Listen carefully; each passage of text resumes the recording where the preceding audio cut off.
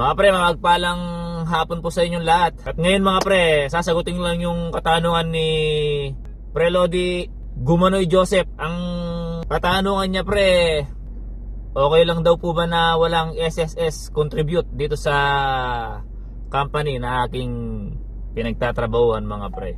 Depende Pre Lodi Kung galing ka po ng supermarket Pre Lodi no? Kailangan mo po ng SSS contribute Pre Lodi. Pero kung yaw po ay galing sa wet market o sa palengke, hindi na po required yung SSS contribute mga pre, no? Ang kailangan mo lang pre para sure ball, kumuha ka lang ng affidavit pre. Yun yung katunayan pre na totoo yung certificate mo sa palengke. Affidavit lang yun, pwede na yun. So ayun pre, no? Kung galing ka ng palengke, hindi mo kailangan ng SSS contribute pre. Pero kung ikaw po ay galing ng supermarket, uulitin ko pre ha, kung ikaw ay galing ng supermarket, kailangan mo ng SSS. Okay? Sana pre Lodi, nasagot ko yung katanungan mo no? Muli pre, ako po si Discarding Butcher na nagsasayang mag-ingat po tayo palagi and God bless.